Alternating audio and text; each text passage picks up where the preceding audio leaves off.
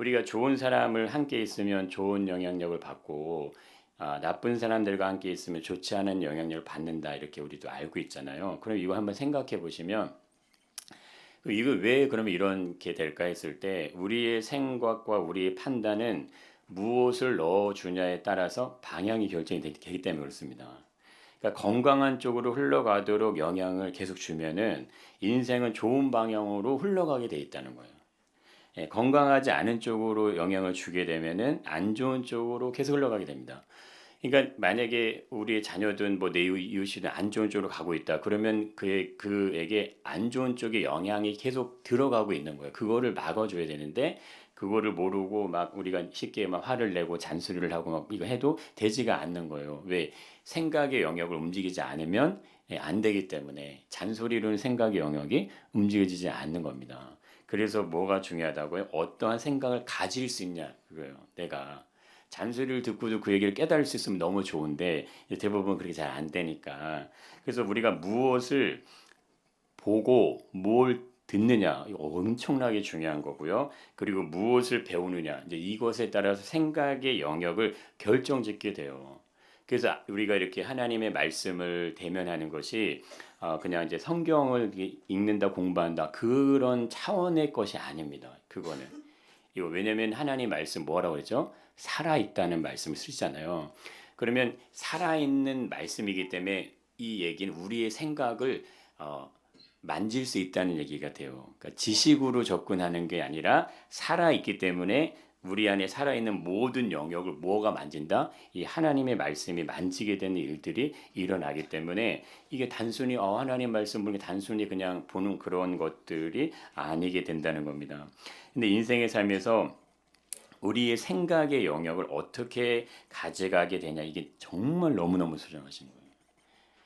우리가 왜 긍정의 힘이라는 책도 있고 막 이렇게 뭐 이렇게 많잖아요. 자존감을 높이는 책이든 뭐 여러 가지 도서들이 굉장히 많습니다.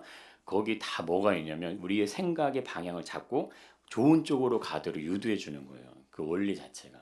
긍정적으로 생각해라, 긍정적으로 말해라, 긍정 선포해라, 할 수 있다, 된다 이렇게 막 하라는 것도 뭐예요? 긍정으로 우리의 어떤 생각이 흘러가도록 이제 물줄기를 잡아주는 거죠. 자, 우리가 몸을 뭐 건강을 위해서 한번 생각해서 무엇을 먹냐 이 너무 중요하잖아요. 어떻게 쉼을 갖느냐 이것도 중요하고 어떻게 정서적 감정적 영역을 회복시켜 주냐 이거에 따라서 우리의 어떤 삶의 이것들이 좌지우지 된다고 할 수 있다는 거예요. 그처럼 그게 비슷하게 같은 원리로 돌아가게 된다는 겁니다. 만약 내가 부정적인 것을 자꾸 봐요. 그리고 그걸 듣고 배우게 되면 내 생각이 어느 쪽으로 갈까요? 부정으로 가시는 거예요. 이건요 막아설 수가 없습니다.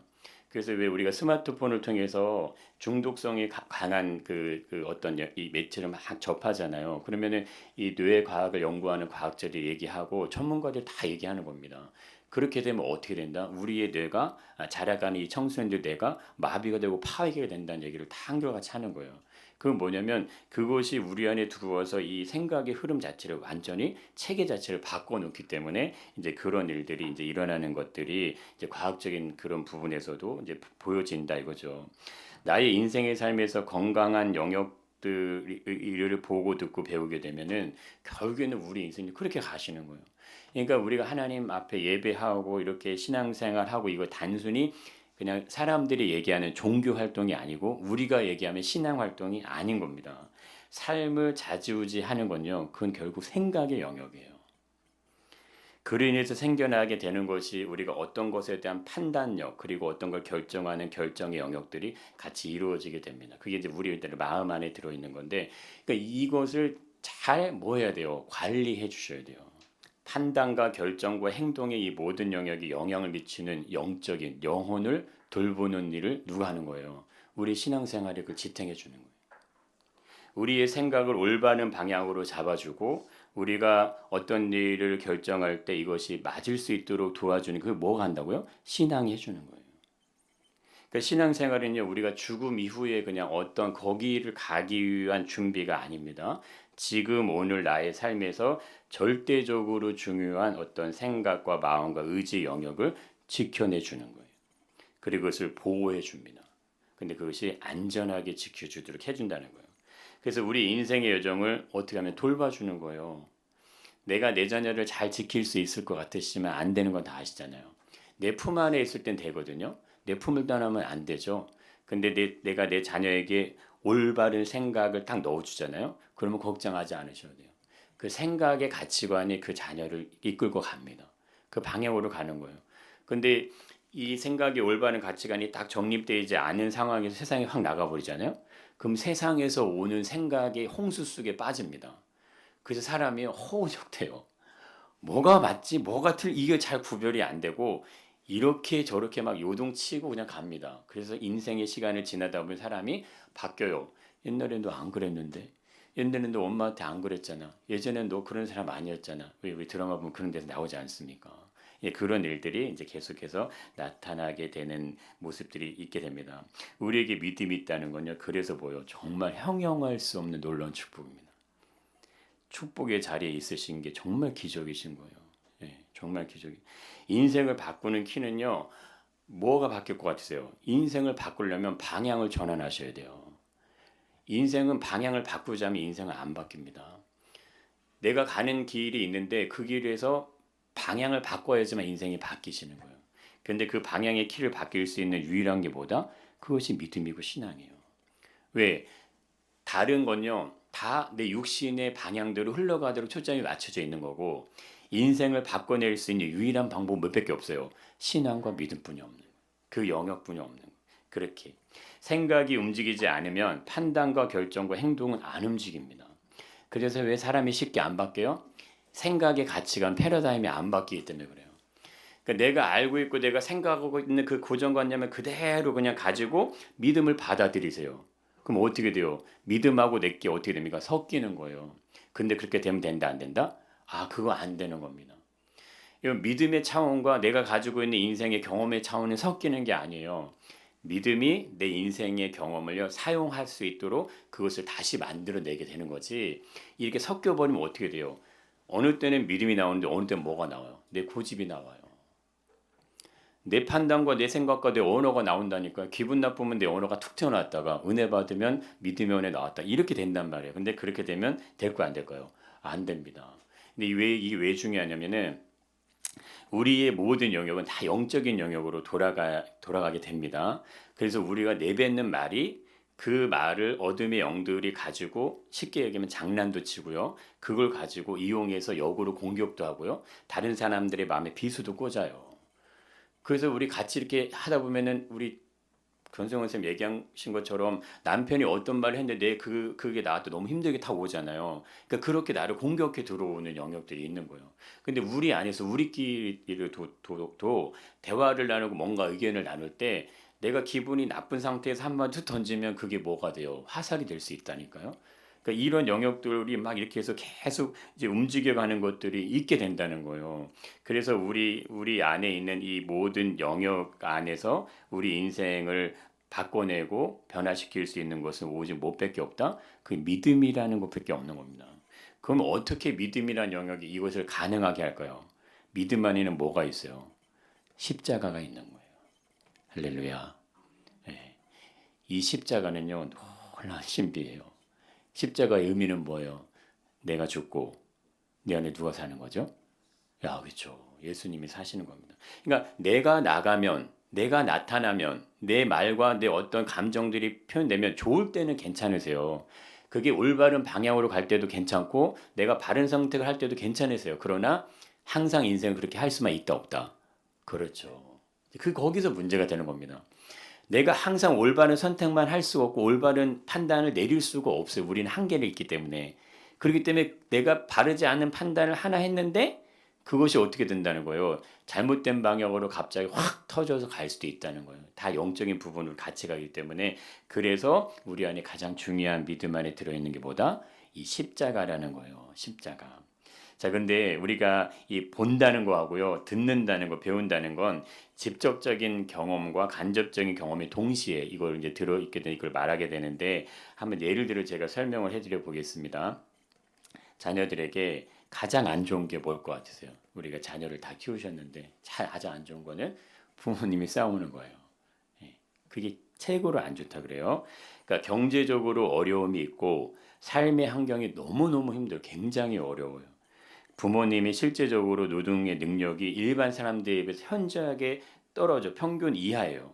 그러니까 그런 어려운 상황에서 삶을 이렇게 살아가는 가정이 있다고 한번 생각해 보세요. 그런데 부모가 서로 화목하면 아빠, 엄마가 서로를 격려하고 위로하고 존중하는 모습을 가지면 자녀는 100% 자신의 삶을 부모를 위해서 헌신하게 됩니다. 자, 이게 굉장히 놀라운 거예요. 왜 그러냐면요. 외적인 환경은 굉장히 어렵잖아요. 그런데 이 내면의 환경은요, 따뜻한 거예요. 겉으로 보여진 환경은 엄청나게 뭐라 그래요? 가장 아래 부분에 놓여 있고 너무 힘든데 이 내면은 뭐하다고요? 따뜻한 거예요. 따뜻함을 이길 수 있는 거는 사실은 이 세상에는 없는 겁니다. 이 풍족함이 그래서 중요한 게 아니고 뭐가 중요하다? 따뜻함이 중요한 거예요. 부모님들이 요즘 이 시대에 바쁘게 굉장히 살다 보니까는 어떻게 하세요? 풍족함으로 채우려고 하세요. 맞벌이 하셔서 돈을 많이 벌어서 어떻게 합니까? 학원 보내고 좋은 거 사주고 뭐 태블릿 몇백만 원, 휴대폰 몇백 다 사주죠. 다 해줘요. 뭐 좋은 옷 입고 다 해줍니다. 왜? 부모가 못 해주니까 그거라도 자꾸 채워주는 거예요. 근데 그 풍족함은 채워주는데 거기 안에 뭐가 없어요? 따뜻함은 없어요. 이 온기. 36.5도의 이 온기가요 그대로 느껴져야 되는데 이게 없다. 이 없는 시대를 지금 살아가고 있다는 겁니다. 그러니까 물질이 모든 삶을 풍요롭게 계속 우리 만들어주고 있고 지금 우리 살아가고 있는데 반대로 물질로 인해서 뭐를 잃어버렸어요? 이 따뜻함을 잃어버린 세대로 돌아가고 있게 됩니다. 그러니까 내 육신은요 배를 곪을 수 있어요. 근데 보통 어떻게 해요? 이 배를 곪으면 굉장히 힘들기 때문에 여기서 폭발하게 되는데 근데 희한한 건요 내 마음과 정신은 계속 채워져 있어요. 따뜻함이 있기 때문에. 그래서 이거를 견딘다는 거예요. 이거를 누가 증명합니까? 이 부모 세대가 다 걸어오신 인생이에요. 그랬잖아요. 찢어지게 가난하고 먹을 것이 없어서 뭐 풀뿌리 캐서 먹고 이런 얘기도 많이 하셨잖아요. 예? 보릿고개 넘어오고. 근데 뭘로 지켰어요? 따뜻함으로 지키신 거예요. 따뜻함. 그것이 있었기 때문에 대한민국이 세워진 겁니다. 거기서 부모 세대가 무너졌으면 그냥 다 무너지는 거. 다음 세대 우리의 지금 뭐 30, 40, 50이 어디 있겠어요. 부모님들한테 감사하고도 감지덕지죠. 네 부모를 공경하라는 성경의 그 말씀은요. 그냥 단순히 그냥 써 있는 절대 아닙니다. 부모님 공경하셔야 돼요. 우리 다 부모님이시지만. 그 저는 우리 권사님들을 어떻게 해야 돼요? 잘 모셔야죠. 예. 안 우시시네요. 잘 모셔야 될 거 아니에요. 굉장히 중요한 거예요. 이게 삶의 원리에서 나의 내면은 간접적인 영역일 수도 있잖아요. 보세요. 내가 부모를 보고 이제 부모가 두 분이 만약에 싸우면은 그 나하고 싸우는 게 아니고 내가 그냥 간접적으로 느끼는 거 아닙니까? 그건 나한테 뭐라고 하는 건 아니니까.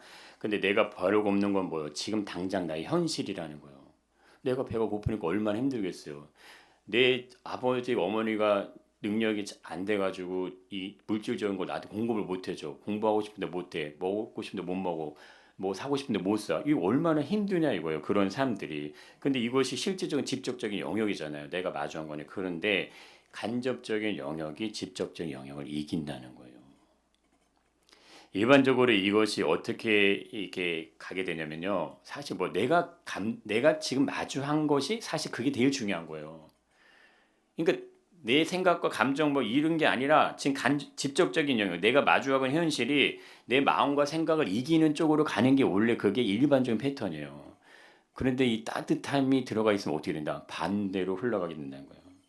현실이 어렵잖아요. 상황이 어렵잖아요. 마음도 생각도 행동도 그러면 이게 어떻게 돼요? 이게 그냥 그쪽으로 계속 따라가서 가게 되는데 그런데 이상하고 희한한 일들이 이렇게 나타난다 이겁니다. 이 간접적 영역, 직접적 영역을 이렇게 이 모습으로 이렇게 영향을 주게 되면은 나의 현실은 매우 어렵지만 나의 내면은 그것을 이길 수 있는 힘이 존재하고 있게 된다는 거예요.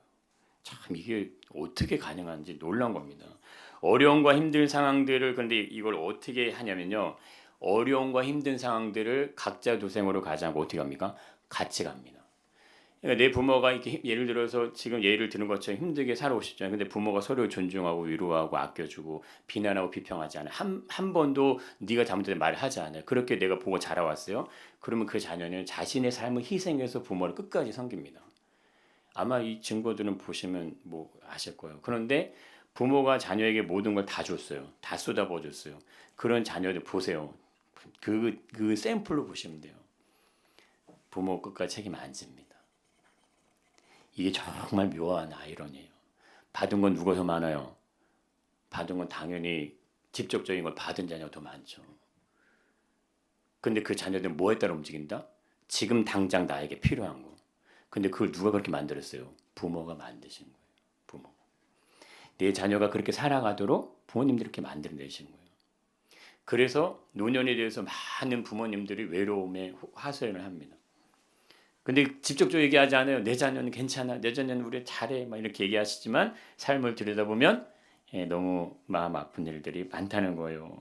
그 제가 이 장수연 병원에 계신 그 한 분 장로님이 계세요. 물어봤어요. 그 장로님도 동일한 얘기를 하시는 거예요. 장로님 자녀를 키울 때 그 자녀를 위해서 모든 걸 다 쏟아 부으셨죠. 근데 그 자녀 중에 한 분이 이제 안타깝게 이제 먼저 세상을 떠났다는 얘기를 먼저 하시더라고. 이제 그래서 저도 이제 한번 여쭤봤는데 그런 얘기를 하시는 거예요. 모든 걸 다 쏟아부었죠. 그러고 난 다음에 인생을 돌아보면 뭐예요? 아, 이게 허무하다는 생각이 드세요, 안 드세요? 뭐라고 얘기했을 것 같으세요? 이강숙 우리 집사님 지금 93세 넘어가시잖아요. 처음에 우리 가서 저기 할 때 뭐라 그랬어요? 아, 우리 자녀들 막 이렇게 하셨잖아요. 제가 이제 물어봐요. 허무하지? 얘기하신다니까. 허무하다. 여러분 이 삶에 너무 바쁜 거 맞아요. 맞죠? 너무 바쁘죠. 사람 너무 바쁘죠. 그러나 너무 바빠도 중요한 것과 중요하지 않은 것에 그거는 다 가지고 있다. 내 자녀 입히고 내 자녀 먹이고 내 자녀 씻기고 내 자녀 좋게 교육시키고 돈 벌어서 훈련 키우는 거는 너무 중요해. 근데 대부분은 찬밥을 먹는지 뜨뜻한 밥을 먹는지 뭐가 가슴이 아프고 뭐가 마음이 아픈지 그거 못 느낀다 이거예요. 그냥 옆에서 간병해주고 도와주고 그러면 이제 그냥 그런 거 보자 생각하고 가게 된다는 겁니다. 근데 그게 뭐예요? 직접적인 영역에 우리 모든 삶의 영향을 지대하게 받는 거예요. 그런데 진짜 믿음과 진짜 신앙 안에 우리가 있게 되면 어떻게 된다는 거예요? 우리의 생각과 우리의 모든 판단과 행동을 주님이 우리를 이끌어가 주실지 믿습니다. 그래서 우리가 찬양하잖아요. 우리 평안을 너에게 주노다 하지만 사랑은 이 찬양 왜 하겠어요? 저도 이 찬양을 계속 이렇게 부르려고 했던 게 아닙니다. 근데 계속 지금 새벽에도 그렇죠. 부르게 되고 계속 하게 되잖아요. 이게 자 나의 부모가 나에게 해줄 수 있는 것이 너무 미약해요. 그런데 나의 부모는 나를 존중해 줬어요. 그걸 느꼈기 때문에 나도 부모를 존중하는 거예요. 내가 100을 벌면 100을 다 부모에게 쏟아부어도 아깝지 않은 거예요. 왜? 부모는 나를 그렇게 가치 있게 여겨줬기 때문에. 부모는 나에게 돈의 가치를 날 키운 게 아니고 나를 인격적인 가치를 날 키워줬기 때문에 그것을 알기 때문에 나도 부모를 그렇게 하는 겁니다. 서로의 연약함과 약함을 한 번도 공격하지 않았어요. 언제나 따뜻하게 서로를 격려해 주었어요. 이 모습을 보고 자라난 자녀들에게는 현실이라는 얼마나 냉혹하고 냉정합니까? 얼마나 차가워요. 얼마나 정말 험난합니까? 근데 그거에 딱 다가서기 전에 이미 뭐예요? 그 속에 뭐가 있어요? 인생에서 정말 중요하고 소중한 가치는 이거야. 이게 정립이 되어 있는 거예요. 그게 견고하게 뿌리를 내려져 있는 겁니다.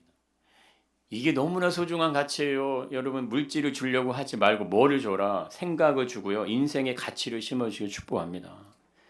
뭐가 바른지를 심어주는 게 그게 먼저지 원하는 걸 해주는 게 먼저가 아니게 됩니다. 그것이 아니에요. 어떠한 상황과 환경에 자신 앞에 놓인다 해도요. 그렇게 되면 어떻게 됩니까? 이 따뜻함을 느끼는 사람들은요. 중심이 흔들리지 않아요. 참 이게 묘한 거예요. 왜냐하면 자신의 삶을 결정짓는 가장 중요한 영향력을 어떻게 받았냐면 선하게 받아요. 선하게. 내가 선하게 받았기 때문에 내 안에 뭐가 나? 자꾸 선한 게 나오는 거예요. 그거는 퍼도 없어지지 않는 샘물처럼 계속 나오게 됩니다. 선하게 받았다는 것은 무슨 의미입니까? 오늘 말씀으로 본다 그게 뭐냐면 온유함이다 이렇게 얘기할 수 있다는 겁니다. 온유함은 인생의 항해에 있어서 가장 위대한 조언자가 될 수 있습니다. 인생의 항해에 있어서는 반드시 누가 필요하다? 조언자가 있어야 돼요. 이게 정말 중요합니다. 내가 누군가에게 뭐를 물어보고 상의하고 어려움을 고백하고 말할 수 있는 그 대상이 있어야 되고요. 그것을 듣고 나에게 얘기해 줄 수 있는 누군가가 있어야 돼요. 우리에게는 누가 계세요? 우선 먼저는 주님이 계시는 거예요. 주님이. 그리고 같은 이 믿음의 공동체 안에 있는 우리 형제 자매들이 계신 거예요. 우리의 가정의 식구들이 있고. 그래서 중요한 일, 어려운 일이 있을 때마다 계속 뭐야라 얘기하고 상의하고 이렇게 하시는 겁니다. 우리 이창주 아버님처럼 알아서 하더라도 내가 이렇게 해서 얘기해주고 내가 이렇게 해서 얘기해주고 그럼 좋아하세요.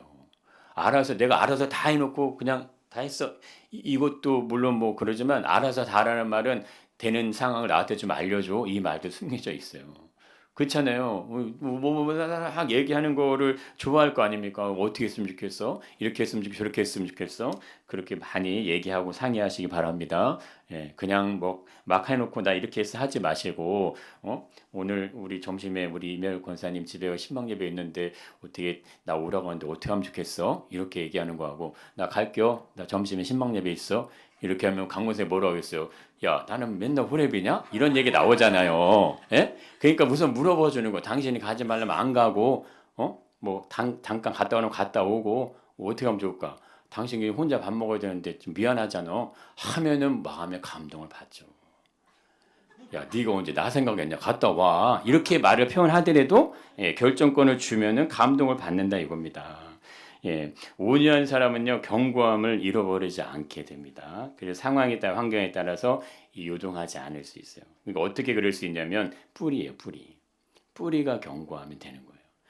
500년, 300년 막 이렇게 사는 나무도 있잖아요. 그 나무의 특징은 뭡니까? 다 뿌리가 엄청나게 견고하기 때문에 살아남을 수 있는 거죠. 뿌리가 깊은 나무는 모두가 쓰러져도 안 쓰러진다. 모두가 포기해도 어떻게 한다? 견딘다. 언제나 한결같은 모습으로 인생을 경주에 살아가는 사람, 그 사람이 이제 온유한 사람이다 이렇게 볼 수 있습니다. 그 온유함을 대표하는 사람 오늘 성경도 그 얘기하죠. 모세라는 사람. 네. 모세는 우리 잘 아시는 것처럼 지도자입니다. 근데 이가 어떤 지도자? 단순한 지도자가 아니라 광야를 지나야 돼요. 아 이게 정말 매력이에요. 지도자인 지도자인데 탄탄대로를 지나는 지도자가 돼야지 누리고 영광을 얻고 막 이렇게 할 거 아닙니까? 근데 어떤 지도자라? 광야를 지나요. 광야. 모든 것이 구비되고 풍족하고 넉넉해서 누리고 취할 것이 많고 맛볼 것이 많으면 엄청 좋은데 반대인 거예요. 아무것도 존재하지 않아요. 부족해. 누릴 게 전혀 없어. 취할 것도 전혀 없어. 완전히 항무지 같은 곳에 앉아 있는 사람이 이제 모세입니다. 그런데 그가 이끌어야 될 백성이 몇 명이라고 그래요? 예, 이 말씀이 이렇게 나오잖아요. 한번 읽어보겠습니다. 이스라엘 자손이 남스를 떠나 숲곳에 이르니 유아 외에 보행하는 장정이 몇 명입니까? 60만. 그러면 유아 외에 장정이니까 다 합치면 몇 명이요? 200만, 250만을 끌고 가야 되는데 누릴 영광이 있다 없다? 없다. 누릴 영광이 일꾼만치도 없어요. 맨날 뭐예요? 불평, 불만, 짜증 막 좀만 뭐라고 하면 돌들어 막 치려고 하고 막 네가 뭐 지도자냐 뭐 이렇게 대들기만 하지 없어요. 강야에서 뭐 금은보화가 나옵니까? 뭐 농사를 지어서 소출이 없다니까요. 그럼 백성들이 모세한테 막 좋은 옷을 해다 입히겠어요? 뭐 맛있는 거 하다 주겠어요? 없어요. 자 백성들도 먹고 살 것도 없는데 그럼 백성이 먹는 거 똑같이 먹고 백성이 힘들면 나도 똑같이 힘들고 백성이 어려우면 나 똑같이 어려워요. 근데 원망은 누구만 해요? 백성만 하잖아요. 모세한테. 모세도 물을 안 먹어. 내 생수병 차고 다니면서 물을 마시는 게 아닌데 물 없다고. 물 내놓으라고 막. 삿대질하고 막 대들고 막 싸우고 막. 모세도 물을 못 먹는데 그런데 그런 지도자 가고 싶으세요? 이게 얼마나 어렵냐 이거예요. 자, 하나님 여기 근데 여기서 한번 우리가 잘 생각해 볼 게 이건데 자, 한번 하나님의 입장 한번 생각을 해 보세요. 200만이 넘는 이스라엘 백성들을 이끌어갈 지도자를 하나님이 세워야 되는데 그때 하나님께서 가장 중요하게 생각하는 덕목이 뭘까 하는 거예요. 그러지 않을까요? 하나님 입장에서 내 백성이요. 내 백성이 200만이 넘는단 말이에요. 거기는 유아, 장정, 뭐 노인 다 이 모든 사람 섞여 있는데 그 사람들을 이끌어 가야 되는데 가장 중요하게 생각하는 덕목 그게 뭘까? 그게 온유함이다. 민수기 12장 3절에서 지금 우리가 이것도 말드릴게요. 이 사람 모세는 온유함이 지면의 모든 사람보다 더하더라. 한 절로 그냥 이 모세의 어떤 부분을 나오는데 참 묘한 거예요. 하나님의 평가가 나온다는 거예요. 근데 거기에 뭐가 있다? 온유함이라는 게 들어가 있고, 그리고 그에게 뭐라고 이 본문의 12장에 어떻게 나오냐면요. 그는 내 온 집에 충성함이라 이렇게 나옵니다. 우리 잠시 한번 가볼까요? 민수기 12장 한번 가보시겠습니다. 구스 여자를 모세가 취했는데 미리암과 아론이 모세를 뭐하죠? 1절에 비방을 합니다. 비방을 하잖아요. 너 왜 구스 여자 취해서 이렇게 비방하는 거예요? 그들이 여호와께서 모세에만 말씀하셨느냐 우리에게도 말씀하지 아니하셨냐 하며 여호와께서 이 말을 어떻게 하셨죠? 들었어요. 근데 비방을 하는데 어떻게 합니까? 모세만 최고야? 모세만 지도자야? 하나님 모세하고만 얘기하냐? 이렇게 막 지금 하는 얘기를 이제 들었습니다. 근데 3절에 그때 뭐라고 얘기합니까? 이 사람 모세의 온유하면 주변의 모든 사람보다 더하더라. 야, 이렇게 보면 또 다르시죠? 예? 야, 모세 너만 지도자냐? 야, 너만 잘났냐? 막 이렇게 공격하는데 이 표현이 나온다는 거예요. 근데 여호와께서 갑자기 모세와 아론과 미리암에게 이제 일로 와라. 세 사람 해막으로 나오게 해요. 5절에 보시면 여호와께서 구름 기둥 가운데 강림하십니다. 장막문에 서시고 아론과 미리암을 부르셔서 이 두 사람이 그 앞으로 나가는데 6절에 뭐라고 하냐면 내 말을 들으라. 하나님이 얘기하시는 거예요. 내 말을 들으라. 너희 중에 선지자가 있으면 나 여호와가 환상으로 나를 그에게 알리기도 하고 꿈으로 그와 말하기도 하거니와 7절에 한번 같이 읽어보겠습니다. 내 종 모세와는 그렇지 아니하니 그는 내 온 집에 충성함이라. 아, 이 대변을 누가 해주시는 거예요? 하나님이. 이 온유함이라는 거, 이 놀라운 축복이에요. 인생의 대변을 누가 하신다? 하나님이 하세요. 모세 아무 얘기 안 해요. 비판하고 조롱하고 막 엄청 비방하는데 모세는 아무 얘기 안 하는데 대신 그걸 누가 막아주신다? 하나님이 해주시는 거야. 너네 일로 와봐, 일로 와봐. 어? 하면서 얘기하시는 거예요. 그는 내 온 집에 충성된다. 너희 중에 선지자 있어? 그러면 내가 환상으로 그에게 알리고 꿈으로도 그에게 말해. 그런데 있잖아. 모세는 달라. 이 뭔 말이에요? 모세는 그냥 일반적인 선지자가 아니야. 이 얘기를 해주는 겁니다. 그는 내 온 집에 충성돼. 그러면 하나님은 누구 편이에요? 모세 편. 너희들 모세 비방했어? 이제 하나님 화가 누가 나신 겁니까? 하나님 화가 나신 거예요. 지금 하나님 화가 확 나신 거예요. 모세는 뭐 하고 있고? 가만히 있고. 네. 자, 우리 26년의 인생 이렇게 펼쳐지게 축복합니다. 사람들이 날 공격하고 어려움이 딱 찾아오잖아요. 그걸 누가 해결해 주세요? 하나님께서. 네. 네가 감히 내 자녀를 건드렸어? 아, 물론 뭐 나쁘게 벌레라도 이런 의미가 아니라 하나님이 딱 막아주시고 너 얘 건들면 안 돼.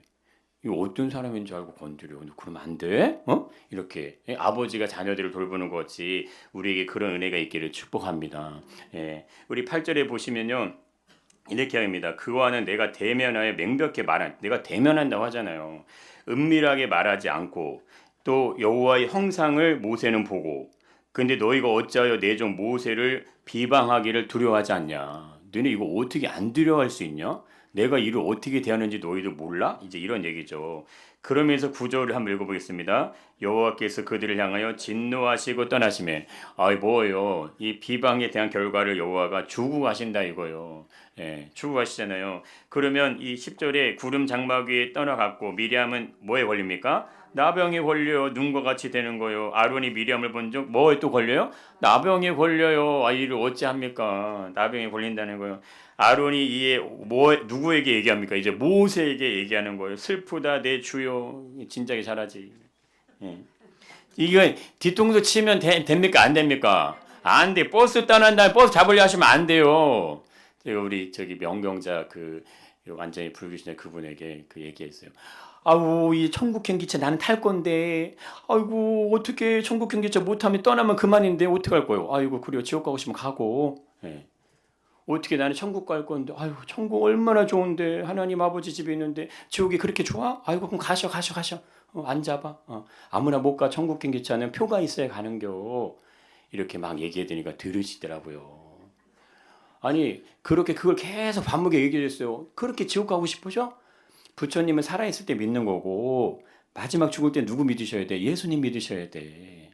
부처님은 우리를 천국으로 데려갈 수는 없어. 잘 믿으셨어. 부처님 잘 믿으셨어요. 근데 이제 누구 믿으셔야 된다고? 예수님 믿으셔야 돼. 그분이 으뜩으뜩 할 거 안 하죠. 예. 근데 그 얘기를 계속 해줬어요. 아이고 그래 부처님 잘 믿으셨는데 이제 지옥 가면 어떡해. 아이고 큰일 났네 그냥. 가셔. 너무 좋으니까 가셔. 난 안 가. 내가 왜 거기를 내가 천국 내가 지옥을 왜 가겠어? 난 절대 안 가지. 나는 안 가. 이거 잘 생각해 보셔. 그 얘기를 많이 해줬어요. 잘 생각해 보셔 하고 그냥 왔어요. 한 몇 번을 근데 잘 생각해 보셔 왔어. 그러니까 나중에 얘기하니 저는 이묘 권사님 옆에서 같이 도왔거든요. 그것도 제가 옆에 도와주세요 한 게 아니라 이렇게 같이 막 얘기를 잘 못하시니까. 예, 진짜 기적입니다. 예, 그런 걸 동영상으로 안 찍게 하시는 게 감사하죠. 중요한 걸 안 찍게 하시더라고요. 예. 그분은 그렇게 나올 분이 아니에요. 그분은 평생을 자기가 불교 신자로 그 어떤 절에 대한 충성심을 다했던 분인데 의지할 게 절밖에 없어 스님밖에 없었거든요. 그랬던 분이 예수님 믿는다고 하겠습니까? 예. 그러니까 버스 떠난 다음에 손 들지 말고 항상 기회가 왔을 때 뭐해라 타라. 예. 타셔야 돼. 타고 있으면 어떻게 버스 가잖아요. 그럼 따라가시면 되잖아요. 몸 싣고 가면 얼마나 좋아요. 근데 버스 타는 다음에 버스 스톱 이렇게 하고 잡으려고 해보세요. 막 달려고 하면 숨차고 막 가다가 지치고 쓰러지고 아이고 어떻게 하면 끝내 늦는 거예요. 그렇게 가시면 얼마나 후회스럽냐 이거죠. 예, 지금 그렇게 얘기하니까는 10이 얘기하잖아요. 내 주여 우리가 어리석은 일을 하여 죄를 지었으나 청하건대 그 벌을 우리에게 돌리지 마소서. 이게 얼마나 참 불쌍하냐 이거예요. 예? 진짜 그렇게 하지 말지. 그가 살이 반이나 썩어 모태로부터 죽어서 나온 자 같이 되지 않게 하소서. 지금 이들이 얼마나 지금 보세요. 인생을 살면서 이런 거예요. 인생의 삶이 아무 일이 일어나지 않을 때는 그냥 룰루랄라 그냥 내가 그냥 막 이렇게 사는데 막상 어려움이 닥치면 어떻게 합니까? 좀 살려주세요. 그때 가서 하지 마시고 모세와 같이 늘 온유하시길 축복합니다. 예. 그 모세가 여호와께 근데 어떻게 합니까? 부르짖어 뭐라고 얘기하죠? 하나님이 원하건대 뭐 하라고 합니까? 이런 사람이 지도자니까 이스라엘 백성이 사는 거죠. 우리나라의 지도자도 이런 지도자, 어떤 백성의 지도자들, 어떤 목회자들, 어떤 모든 영역에 있는 분들이 이 모세의 마음을 가질 수 있는 은혜가 있기를 간절히 소망합니다. 예, 이게 굉장히 중요한 게 아빠가 엄마가 이런 마음이라고 생각해 보세요. 예, 100번을 아빠를 공격해 하경이가 그래도 아빠 왜 이렇게 늦게 와? 왜 이렇게 늦게 와? 한 10번은 해요. 그럼 아빠가 아무 말 안 해. 가만히 있어. 얘기하면 또 이제 안 좋은 소리 나가면 안 되니까. 예. 그래요. 하경이가 딱 약속 시간 늦으면 엄청 싫어하거든요. 그럼 한 10번은 얘기해요. 10번을. 예. 근데 아빠는 아무 말 안 하고 그냥 가만히 있어요. 잘못했으니까. 예. 잘못했으니까. 예. 자, 이제 14절 보세요. 뭐라 했는지 저는 안 들렸어요. 여호와께서 모세에게 이르잖아요. 그의 아버지가 그의 얼굴에 침을 뱉을지라도 그가 이래 동안 부끄러워하지 않겠느냐. 그런즉 그를 진영밖에 이래 동안 가두고 그 후에 돌아오게 할지니라 하시니 이에 미리암이 진영밖에 이래 동안 갇혀 있었고 백성은 그를 다시 돌아오게 하기까지 행진하지 아니하다가 그 후에 백성이 하룻을 떠나 바람강에서 진을 치니라. 자, 그럼 결국 돌아오면 낫다는 겁니까? 안 낫다는 겁니까? 예, 그렇죠. 예, 낫게 되는 일이 그렇게 있게 됩니다. 자, 온유함은요 하나의 그냥 성품의 영역을 넘어서서 이건 인생을 대하는 태도다 이렇게 보실 수 있습니다. 자, 우리에게도 26년 이제 이게 열렸어요. 이제 두째 예배를 드리는데 우리에게는 그동안 살아왔던 인생 삶이 다 있으시잖아요. 제가 한번 질문을 한번 드려볼게요. 믿음의 삶이 아니더라도 우리가 믿음으로 살지 않더라도 우리는 얼마든지 인생을 삶을 잘 살아낼 수 있을까요? 없을까요? 예, 있죠. 예. 네 믿음이 아니고서라도요 인생의 삶 얼마든지 잘 살아낼 수 있습니다. 예. 그러나 뭐 하는 거예요? 내가 믿음으로 사는 것을 선택하신 거예요. 할렐루야. 이거 두 가지 혼동하시면 안 돼요. 내가 믿음으로 삶을 살기를 선택하셨으면 내 힘과 내 능력으로 사는 그곳에서 믿음으로 완전히 옮겨 오셔야 됩니다. 예, 내 능력과 내 삶으로 얼마든지 잘 살아갈 수 있으세요. 다 살아오셨잖아요. 얼마나 잘 살아오셨어요. 똑같이 살 수 있다는 거예요. 그러나 우리가 믿음으로 살고자 그 길을 선택했으면 완전히 옮겨 오셔야 돼요. 그 사람이 온유한 사람이 될 줄 믿습니다. 그렇다면 왜 우리는 믿음의 삶을 살고자 할까? 이거 한번 대답을 한번 해보세요. 그럼 내가 왜 믿음의 삶을 살고자 그걸 왜 선택했지? 나는 왜 믿음의 삶을 왜 살려고 하지? 예. 우리 이렇게 그죠? 그 삶이 당연히 맞는 거 아니에요? 믿음으로 인생을 살아가는 게 그게 정답 아니에요? 그러니까 그렇게 살죠. 근데 이 말은 틀린 말이 됩니다. 정확한 말은 우리가 믿음의 삶을 살아야 되는 이유는요. 내 능력이 부족하기 때문이에요. 내 실력이 부족하기 때문입니다. 내 능력과 내 실력이 진짜 부족하다고 느끼는 사람은 모세와 같이 하나님의 뜻에 온전히 순종하면서 인생을 살아가시는 거고 그것이 아닌 분들은요, 내 실력대로 사시는 거예요. 내 실력이 있어, 내 능력이 있으니까. 그래서 이 온유함은 내 능력과 내 실력을 의지하는 것이 아니고 어떤 걸 의지하는 겁니까? 하나님의 능력과 실력을 의지하는 거예요. 그것이 온유함이에요. 온유한 사람에게 나타나는 것에 특별한 특징이 있어요. 그게 뭐냐면 뭘까요? 엎드리는 거. 6절에 보니까 모세와 아론이 회중 앞을 떠나 회막문에 이르매 그가 뭐합니까? 모세는 엎드립니다. 엎드리는 삶은 뭡니까? 소명의 삶으로 가는 거예요. 내가 가라고 하는 그곳에서 내 일을 이루는 삶의 모습으로 들어가시는 겁니다. 나일강에서 바로의 공주에 의해서 건짐을 받고 기다린 인생의 길을 걸어왔던 이 80년의 세월 동안의 모세가 배운 인생의 따뜻함은 뭘 것 같으세요? 인생의 따뜻함. 그 안에 따뜻함이 없으면 모세는요, 직접적인 이유들 때문에 백성을 뭐합니까? 죽여도 100번은 더 죽였어야 돼요. 근데 그걸 뭐함으로? 온유함으로 잘 감당합니다. 그러면 인생의 따뜻함, 그게 뭘까요? 모세가 80년 동안 배워왔던 따뜻함, 그게 온유함이에요. 내 능력과 내 실력을 의지하지 않는 겁니다. 철저하게 오직 하나님의 능력과 실력을 의지하는 방법, 그걸 배우는 거예요. 우리에게 그런 한 해가 되실 수 있기를 축복합니다. 그렇게 준비된 모세가 하나님의 부르심을 받았을 때 그가 가장 잘할 수 있는 거, 그게 뭐라고요? 엎드리는 거.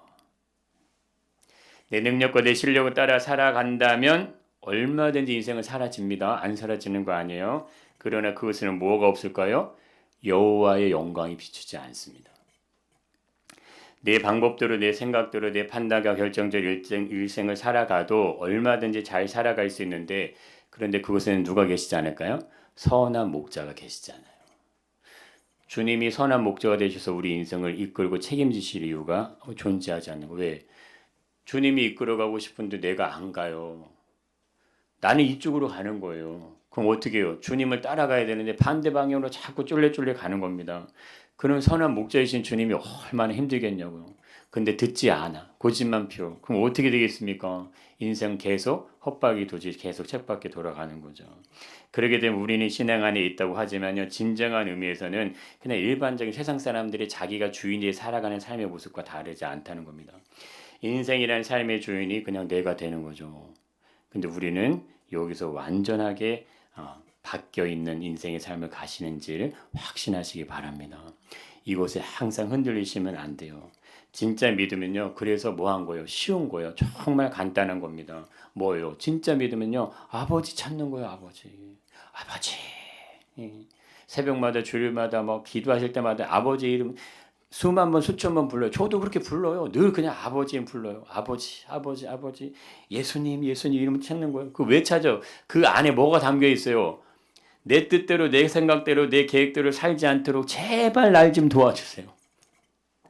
제발 날 좀 도와주세요. 그게 들어가 있는 거예요. 아버지 부를 때마다 그 안에 뭐가 들어가 있다고요?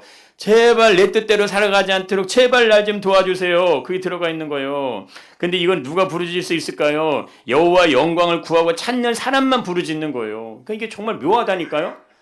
다 같이 하나님의 말씀을 듣고 다 같이 예배자리에 앉아 있는데 어떤 분은 전심으로 아버지 이름을 부를 수밖에 없어요. 아버지 이름을 간절히 찾을 수밖에 없어요. 제발 날 좀 도와주세요. 제발 날 좀 구원해 주세요. 제발 날 좀 이끌어 주세요. 부르는 거예요. 근데 그에게 부족함이 있어서 아닙니다. 그가 인생을 살아갈 수 힘이 없어서 그게 아닌 거예요. 뭐를 아는 거예요? 내 능력으로 안 된다는 거, 내 힘으로 안 된다는 거. 그거를 인정을 하기 때문에 누구와 같이, 모세와 같이 온유함으로 살려달라고 기도하는 겁니다. 그래서 부르짖는 건요, 목소리 큰 사람이 하시는 게 아니에요. 내 안에 있는 내가 절망적이라는 걸 느낄 때만 부르짖을 수 있는 거예요. 기도가 언제 터지겠습니까? 내가 안 된다고 생각이 정말 절망에 가까울 때, 이거 아니면 안 된다고 생각할 때 그때 부르짖음이 나오는 거예요. 그게 터지시기를 축복합니다. 반드시 터져야 돼요. 그 부르짖음은. 왜? 살려달라고 할 때 그냥 살려주세요 합니까?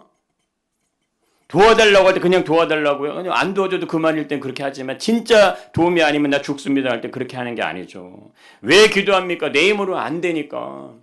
그거를 인정하는 거. 진짜 인생을 잘 살아가는 사람은요, 내 능력을 의지하지 않는 사람이에요. 그게 진짜 잘 살아가는 사람입니다. 그래서 그 인생을 살아가는 사람은 어떻게 삽니까? 지혜자들 옆에 두잖아요. 지혜자들 둡니다. 지혜자들 압살롬의 괴략을 다윗이 뭐라고 기도합니까? 압살롬의 옆에 있는 책사 그의 계략을 막아달라고 기도해요.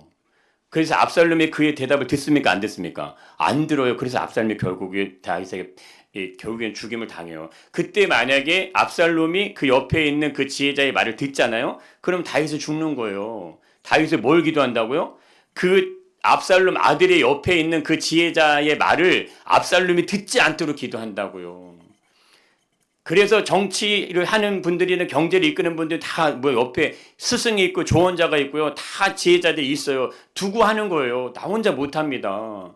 하물며 그분들도 다 그렇게 하는데 인생은 그렇지 않을까요? 인생도 똑같다니까요. 예. 늘 뭐 하는 거예요? 도와달라고 살려달라고 부르짖을 수밖에 없어요. 그거를 잘하는 사람이 누구다? 모세 아닙니까? 모세.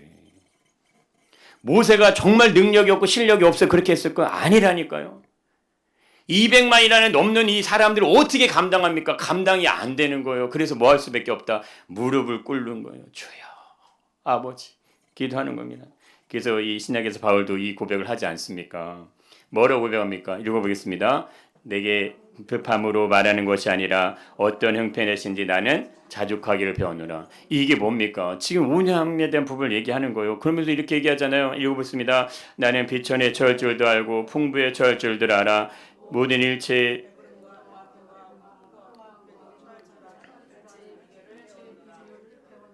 할렐루야.